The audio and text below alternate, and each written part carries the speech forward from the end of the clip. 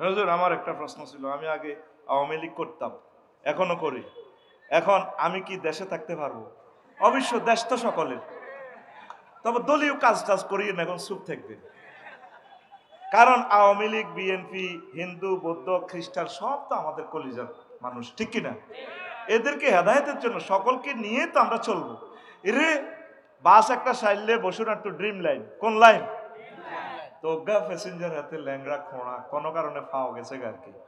ইয়ো driver সাহেব আমার কোথাও লন না, সিটও একটা খালি, এরে কি থুই যাইব?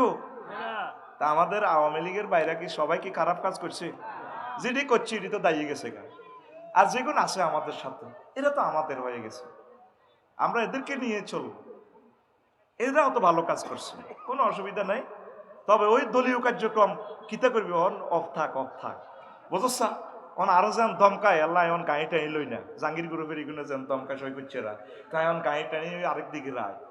আল্লাহর ফয়সালা হইলো অন কিছু শীত খাই খাই মাহফিল করো, কারণ গাড়ি আন ভাঙলে তো এবার মাল এবার বাড়াইলে অন লাগবে তো কত, বুঝছ?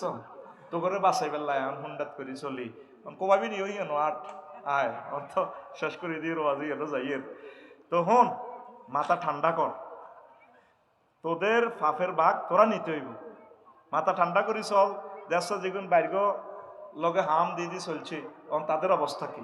তুই যেটা বালা মনে করবি এটা করবি, কারো কথা শুনিচ্ছে দল কর, অসুবিধা নেই, যে যে দল পারস ঠাসাই কর, তবে ভালো কাজ কর, ভালো কাজ কর।